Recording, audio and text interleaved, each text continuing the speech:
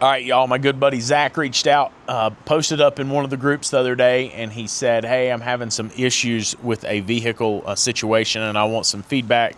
We got to messaging or posting, commenting back and forth, and he said, hey, would you make a video about this and give me some perspective? And I said, sure. For starters, Zach had a car that came in. Lady comes in and says, hey, my AC's not working. Can you take a look at it real quick? Step number one in this process, when they come in and they say that, let's make sure we're on the same page as far as what look at means to them. Yes, ma'am, be happy to do some testing for you. Okay? So she understands that we're not just going to go out, put eyeballs on it and say, yep, we're going to put some refrigerant in this thing if it's an AC problem, right? Obviously. That is what the majority of our industry has been doing, especially small town shops. So you have to make sure you're setting expectations properly up front. I always let them know, hey, while I've got your vehicle, I'm going to make sure it's safe and reliable for you and your family. I'll let you know about anything I see on the vehicle. Really, a huge chunk of this is qualifying the client. If this client just wants somebody to recharge their AC and they're really just interested in a really quick service, they just want somebody to run out and do this right now, chances are the majority of the shops that work like mine does, they're not going to be able to make that client happy. And there is no reason to take in a client that you're not going to be able to make happy no matter what. And why do I say they're not going to be able to make them happy? They're not going to be able to make them happy because they have one expectation, and a shop that does things right is going to provide a very different experience for them. And they're not used to it. And chances are, until they have been educated on this, they're not going to want that experience. And so, Zach, I think step number one where we missed is we did not explain to them we were going to check the car over. Second thing is we didn't explain what the testing consisted of. Now, in this case, my friend Zach, he pulls the vehicle into the back of the bay. He's trying to help this lady out, trying to hurry, trying to rush, trying to get things moving really quick for her. So he goes out and he pulls the vehicle in the bay and he realizes it's low on refrigerant. Probably did not complete the rest of the testing routine, compressor inspection, drive belt inspection, check the accessory drive, all of that.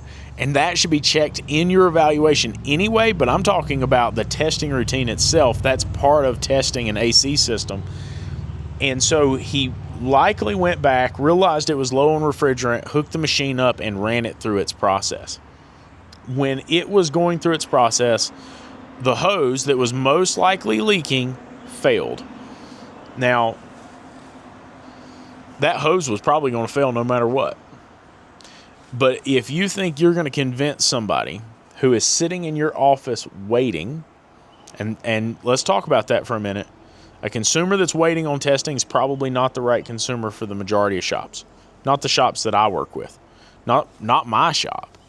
And it's because testing can go so many different directions, can take so much time. I think we, there again, failed to set expectations for this client. I don't think that we communicated with her what to expect from us. It's going to take me a couple hours to do the proper testing routine. And so Zach blows this hose off this thing as it's charging with refrigerant. No pressure test was done. It says, I'll just throw some dye in it, recharge it, tell them to come back in a couple weeks. I'm going to make her happy. I'm going to help her out. Well, guess what? She heard that hose blow off. And she began to realize that something was wrong, and it was probably related to her car. So she's already upset. She's already nervous. She doesn't understand cars. She doesn't understand what's going on. And she's probably already prejudged the situation. Now, folks, hear me out on this. Sometimes when we do this, we think we're doing what the client wants, but we never asked them what they wanted.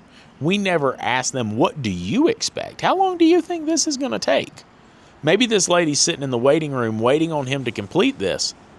And it's a situation where she expected it to take 10 minutes. And we're an hour in at this point, or 45 minutes in. And she's like, what is going on out there? Those other places just ran out, and a few minutes later, I had AC. What's going on with this guy? And so if we don't set that tone up front, it's very easy for somebody like that to begin to feel like they're being manipulated or taken advantage of because we did not tell them what to expect. And so she's already thinking something's weird. She's already thinking something's wrong. This guy doesn't know what he's doing. And probably rightfully so, right? Zach, I'm sorry. I know that may be a little offensive to you. I don't mean it in an offensive way. I'm just saying that if the shoe was on the other foot, how would you feel if you knew nothing about cars? If nobody had told you what to expect? And so Zach goes back to her and says, hey, this hose failed, and here's what it's going to cost to fix it. What's her first thought? Well, this has already been a real weird experience. I think this guy broke my car, and now he wants me to pay for it. Now, if she wasn't waiting, we'd probably have a very different scenario right now, because we could navigate through this a little bit better. And please don't misunderstand. I'm not saying to not be truthful or anything like that. I'm saying she wouldn't have heard the hose blow. She wouldn't have been right there waiting, stressed out, needing to go right this minute kind of deal.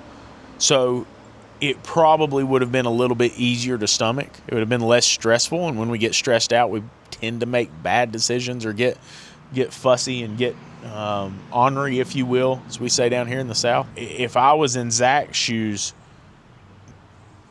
man, I probably would have just ate the hose and said, hey, I'm sorry. I was trying to recharge this thing. I didn't follow the right process. It's not that the technical process was wrong. It's that I didn't follow the correct process with you. I'm going to take care of this for you. But now here's the deal.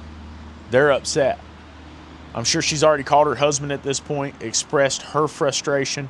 He probably doesn't know anything about cars either. It stresses him out. His wife is in distress, and now she's calling and telling him about it. He probably already does not like Zach. He probably already does not like the shop and is feeling like something really weird's going on.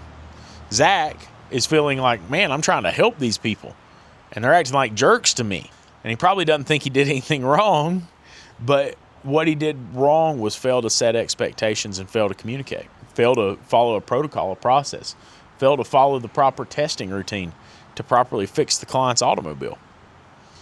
And so they come back to get the car after that repair is done, and there is another issue with the car. And Zach makes them aware of that other issue with the car. And they say something that I've had said to me before, and it is the most heartbreaking thing you will ever hear as a shop owner. If I had known that was wrong, I wouldn't have spent the money to fix that. I would have fixed this. That's why I started doing digital vehicle evaluations, right? That is absolutely why I started doing them, because I don't want to find myself in those shoes ever again, because it's wrong. I do not believe in giving a client an estimate to fix something on their car without the full picture.